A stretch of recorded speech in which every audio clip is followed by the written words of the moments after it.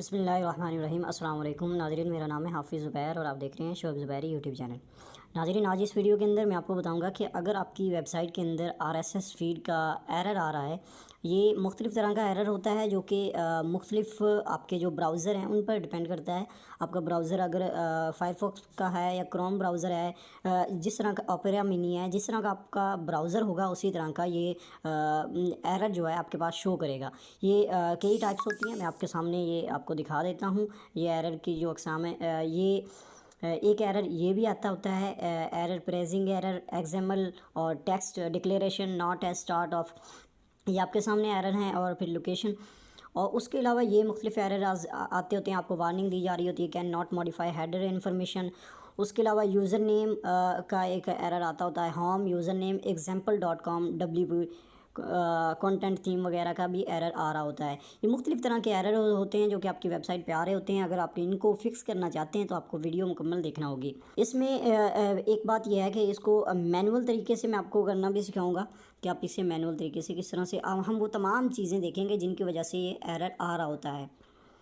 सबसे पहले ये एरर जो है फंक्शन PHP जो आपकी फ़ाइल होती है, यानी जो आपका थीम होता है उसमें मसला हो सकता है, या फिर आपकी PHP फ़ाइल में हो सकता है। उसमें आपने जो कोई एडिटिंग की है, अगर आपने उसको छेड़ा है तो उसमें एक कोई स्पेस रह गई है या कोई ब्रोकन लिंक रह गया है, जिसकी वजह से ये वो मसला आता है।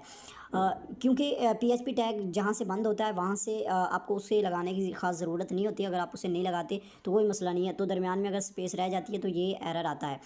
दूसरे नंबर पे ये मसला आता है कि अगर आप चाइल्ड थीम कोई इस्तेमाल कर रहे हैं और चाइल्ड थीम के अंदर कोई PHP फ़ाइल में कोई गलती हो गई है आपसे, तो उसमें की वजह से कोई एक्स्ट्रा स्पेस या कोई लिंक वगैरह जो है ब्रेक हो रहा है, तो आप जो है उसे देख सकते हैं। और इसका तरीकाकार ये है कि आप वो चाइल्ड थीम को डीएक्टिवेट कर दें और कोई और थीम या डिफ़ॉल्ट थीम जो है ना एक्टिवेट करें, उसके बाद आप देखें।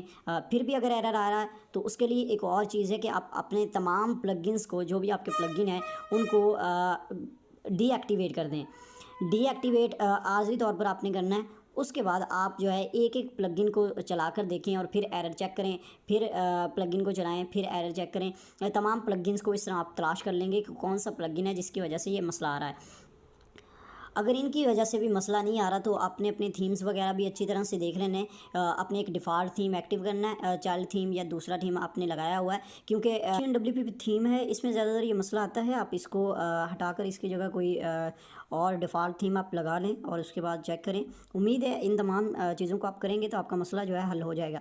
याद रहे कि यहाँ पे अगर आपके कोई प्लगइन में मसला आता है या फिर कोई थीम में मसला आता है तो आप सपोर्ट के लिए जो उनकी कस्टमर सपोर्ट होती है, आप वहाँ पे जाकर रब्ता उनसे कर सकते हैं और उनसे कह सकते हैं कि आपकी थीम में ये मसला आ रहा है, उसका कोई वो अल्टरनेट आपको दे देंगे या फिर वो एरर जो है वो सही कर देंगे। उम्मीद है आज की वीडियो पसंद आई होगी। अगर वीडियो पसंद आई है तो वीडियो को लाइक और शेयर ज़रूर कीजिएगा। अल्लाह।